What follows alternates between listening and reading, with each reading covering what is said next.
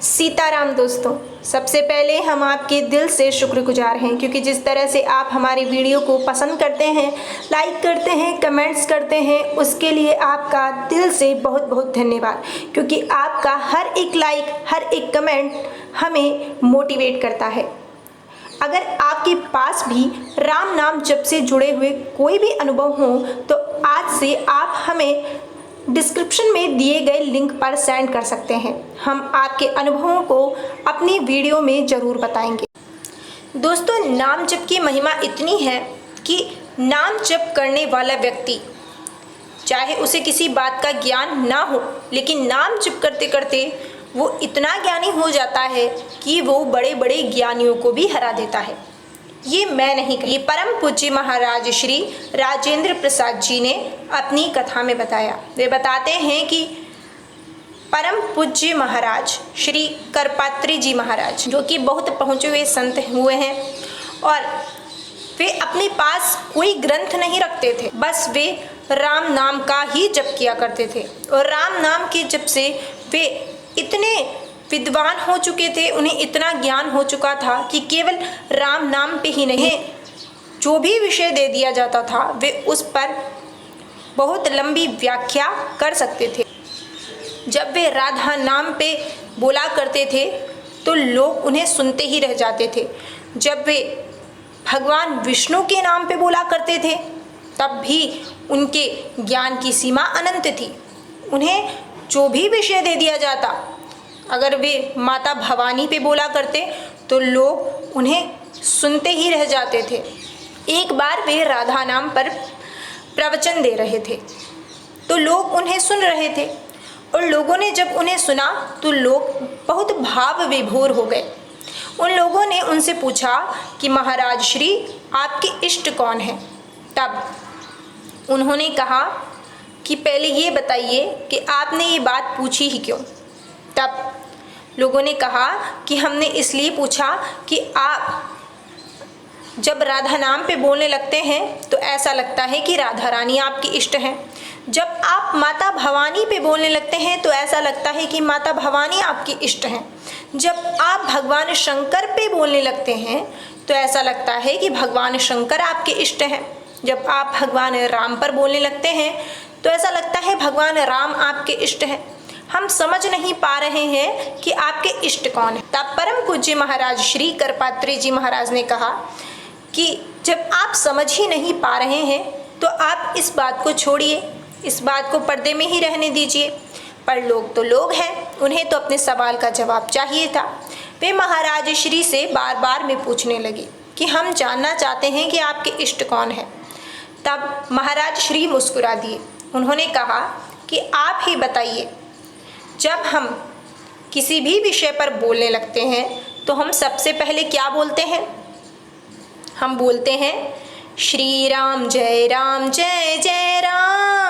जय जय राम सीताराम। श्री राम जय जय राम, जय जय राम सीताराम। तो अब तो आप समझ ही गए होंगे कि हमारे इष्ट कौन हैं। हमारे इष्ट प्रभु श्री राम हैं। तब लोग उनके चरणों में भाव से नतमस्तक हो गए। पर ये जो सत्य प्रसंग है, इससे यही समझ आता है कि राम नाम के जप से व्यक्ति कितना विद्वान हो सकता है। जिसने राम नाम को पकड़ लिया, उसने सभी शास्त्र पढ़ लिए, उसे सभी वेदों का ज्ञान आ गया, अगर वो विश्वास करके राम नाम को पकड़ ले। क्योंकि ये कोरी बातें नहीं है। राम नाम को जो पकड़ लेता है उसे इस संसार में कोई हरा नहीं सकता, उसका कोई बाल बांका भी नहीं कर सकता, क्योंकि उसके हृदय में, उसकी बुद्धि में स्वयं प्रभु श्री राम आकर बैठ जाते हैं। और जिसके रथ के सारथी प्रभु श्री राम हो उसको क्या चिंता, क्योंकि उसका रथ तो प्रभु श्री राम चला रहे हैं। इसलिए हमें भी यही चाहिए कि हम अपने जीवन रूपी रथ का सारथी प्रभु श्री राम को बना लें, क्योंकि हमारे जीवन रूपी रथ के सारथी जब प्रभु श्री राम बन जाएंगे तो फिर हमारे जीवन में कभी भी कुछ गलत नहीं हो सकता। और सबसे बड़ी बात यह है कि नाम जप करने के बाद भी अगर हम ये सोचें कि 4 दिन में, 5 दिन में, ये इतने दिन में हमारे जीवन में बदलाव हो जाएंगे और हम जो चाह रहे हैं वो हो जाएगा, और अगर वो नहीं होता है तो फिर हम भगवान पर उसका दोष लगाते हैं, तो ये बात बिल्कुल गलत है।